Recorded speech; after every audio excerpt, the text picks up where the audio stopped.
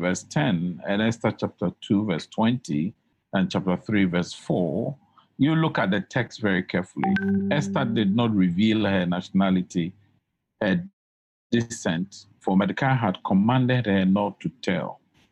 Now, look at verse 20. Esther would not reveal her descent and her nationality as Mordecai had commanded her. Now, chapter 3 and verse 4, and it was when the king's servant would speak to him day after day, and they told Haman to see whether Mordecai's words would stand firm, for he had told them that he was a Jew. Now, we know by the account of Esther that Mordecai actually adopted her and raised her up, even though he was male. He literally, you can relate that to a mentoring relationship. So sometimes people make it look like males cannot mentor females. Of course, it is fraught with some kind of inherent dangers. But who said that male and male mentoring is also not fraught with inherent dangers, especially in an age where you would find some males saying that they are attracted to some males? So each way is fraught with some danger. Some risk is inherent.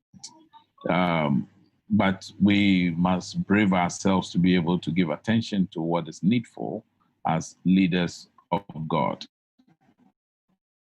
Now, I, for instance, from 2006 till I informed my people that I was leaving Pentecost University, have been mentoring girls.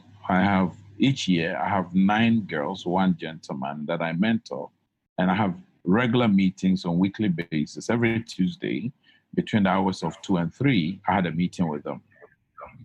And the meeting was not just an instructional meeting. We spoke about life, we interacted, and we also considered things that affected us as human beings. Sorry, I think there's somebody that I need to mute. But Dr. Bequin, I think you can also be a co-host as well, so that you can help. Unless you make me... I'm making you host. So that you can do the muting whilst I speak.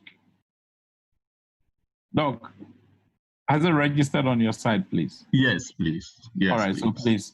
Now, let me quickly touch on the aspect of friendship. Friendship, as it were,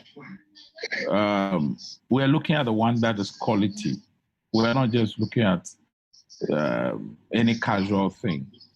But the quality levels of the friendship also has risk, but it also has rewards. You know, it can have distractions, but it has dividends as well. It's like going to the Chinese restaurant and ordering for a sweet and sour sauce. I'm sure some of us on the platform have tasted sweet and sour sauce ever. It's not all sweet. There's some sour taste in it, especially when they add pineapple. And if you are like those whose teeth will be set on edge as a result of the introduction of pineapple, you would usually tell the restaurant not to add that bit. You know? Then also, for individuals who are in marriage relationship, that can be a burdensome task for an individual to pursue, because then you have to look. There are some individuals who are still unmuted. If you can please give them attention. Thank you very much. Now, it is also very important that we underscore the fact that because friendship, we are not born with, we develop friendship and we build it over a period of time. It is also labor intensive. And the labor-intensive nature is seen in the anxiety and hope that it offers us. So Jesus making a statement and John capturing it in John 15, verse 15, he says that, "No more do I call you servants, because the servant had not known what his Lord doeth. And you I have called friends, because all things that I heard from my Father, I did make known to you. So here you see that their friendship is as a result of how much he has revealed of himself to his people. Now, if we're going to build friendship in mentoring, there are a few things we need to pay attention to. In Proverbs 22, verse 24, he says, make no friends with an angry bishop. So he says, there is a friend